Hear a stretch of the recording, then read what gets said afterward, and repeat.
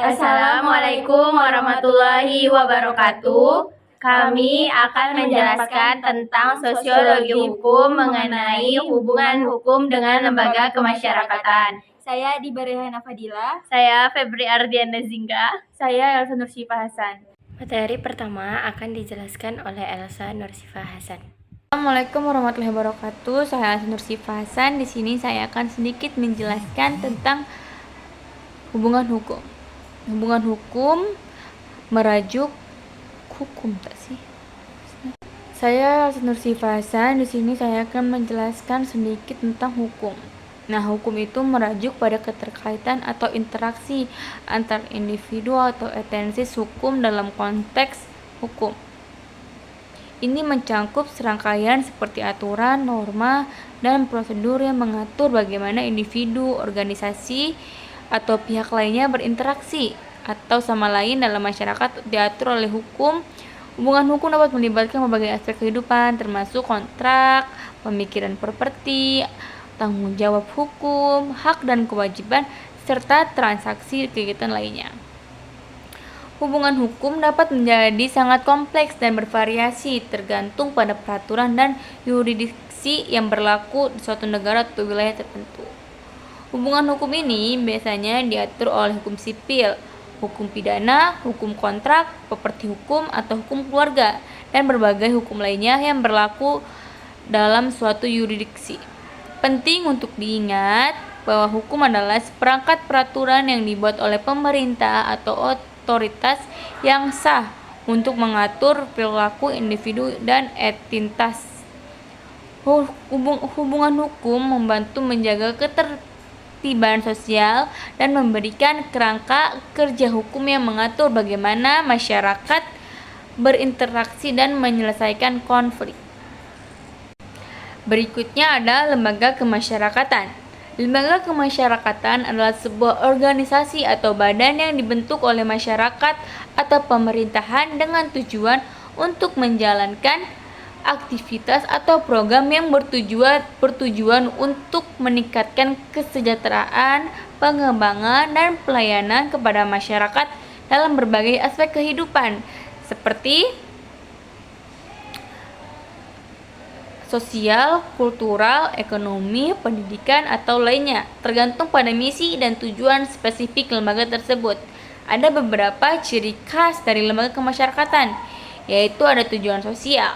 Nah, tujuan sosial ini pun yaitu lembaga kemasyarakatan yang biasanya didirikan dengan tujuan yang bersifat sosial atau melayani kepentingan umum, bukan untuk mencari keuntungan finansial.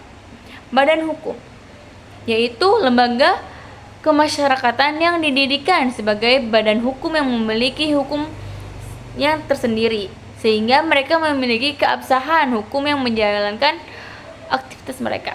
Non-profit, banyak lembaga kemasyarakatan bersifat nirlaba, yang berarti keuntungan finansial yang diperoleh dari aktivitas mereka biasanya digunakan untuk mencapai tujuan sosial mereka, bukan untuk kepentingan pribadi.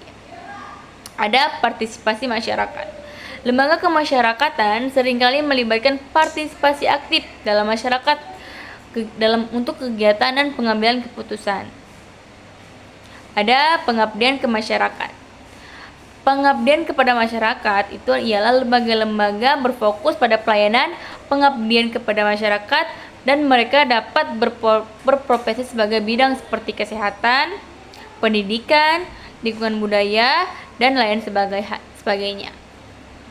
Contoh dari lembaga kemasyarakatan ini itu meliputi organisasi non-pemerintahan, ada pula yayasan, ada juga lembaga sosial, lembaga amal, dan organisasi keagamaan, ada juga koperasi dan berbagai jenis kelompok atau asosiasi masyarakat lainnya. Lembaga kemasyarakatan ini tuh memiliki peran penting dan memperkuat dan memperbaiki komunitas serta memberikan bantuan dalam berbagai isu sosial kemanusiaan. Selanjutnya yang akan dibahas sedikit itu ada hubungan antar hukum dan lembaga kemasyarakatan yang erat terkait. Nah, jadi hubungan hukum sama lembaga kemasyarakatan itu karena hukum memiliki peran penting dalam mendirikan dan mengatur atau mengawasi lembaga kemasyarakatan. Berikut ini beberapa cara di mana hukum dan lembaga kemasyarakatan berhubungan. 1. Ada pendiri dan pengaturan. Hukum memainkan peran utama dalam pendiri lembaga kemasyarakatan. Lembaga kemasyarakatan perlu mematuhi peraturan dan undang-undang yang berlaku untuk didirikan diri mereka sebagai badan hukum yang sah. Ini termasuk mengajukan dokumen, merencanakan struktur organisasi, dan mematuhi persyaratan hukum. Yang kedua ada hukum perpajakan.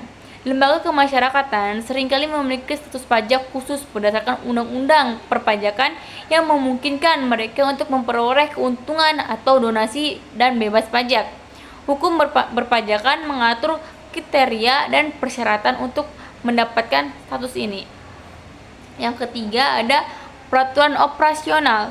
Hukum juga dapat mengatur cara lembaga kemasyarakatan menjalankan operasi sehari-hari mereka, termasuk ada masalah seperti manajemen keuangan, kebijakan sumber daya manusia, pelaporan keuangan, dan lain sebagainya. Tata kelola. Yang keempat ada tata kelola.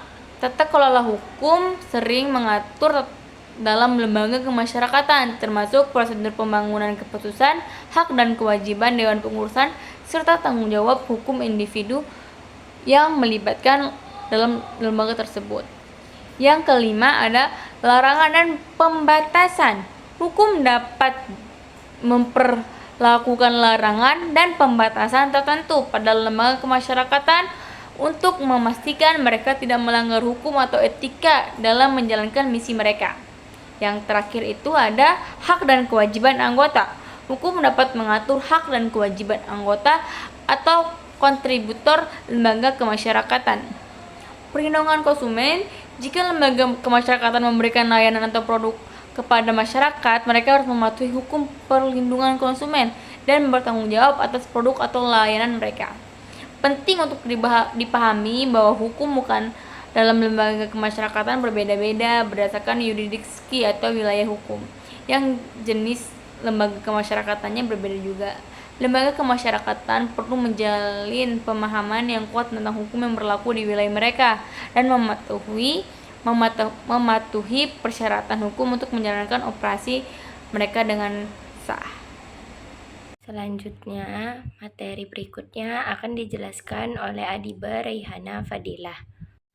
Saya akan membahas tentang faktor-faktor yang mempengaruhi hubungan hukum dengan lembaga kemasyarakatan.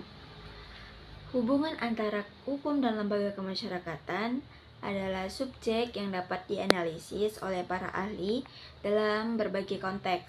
Ada beberapa faktor yang umumnya diambil dalam pertimbangan oleh para ahli dalam meliputi hubungan ini. Seperti yang pertama ada kepatuhan hukum. Salah satu faktor utama dalam hubungan antara hukum dan lembaga kemasyarakatan adalah sejauh mana lembaga kemasyarakatan mematuhi hukum yang berlaku.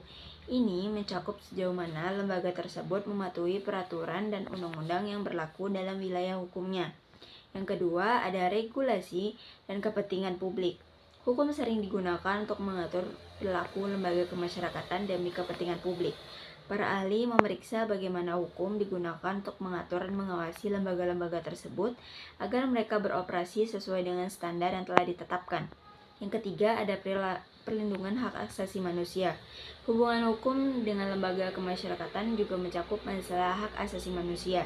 Para ahli memeriksa sejauh mana lembaga kemasyarakatan menghormati hak-hak individu dalam tindakan dan kebijakan mereka, serta bagaimana hukum digunakan untuk melindungi hak-hak ini.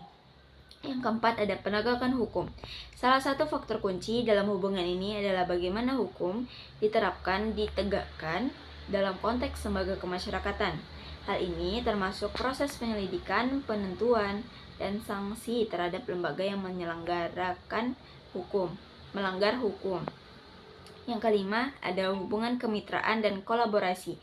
Dalam beberapa kasus, hukum dapat digunakan untuk mengatur hubungan kemitraan dan kolaborasi antara lembaga kemasyarakatan dan pemerintah.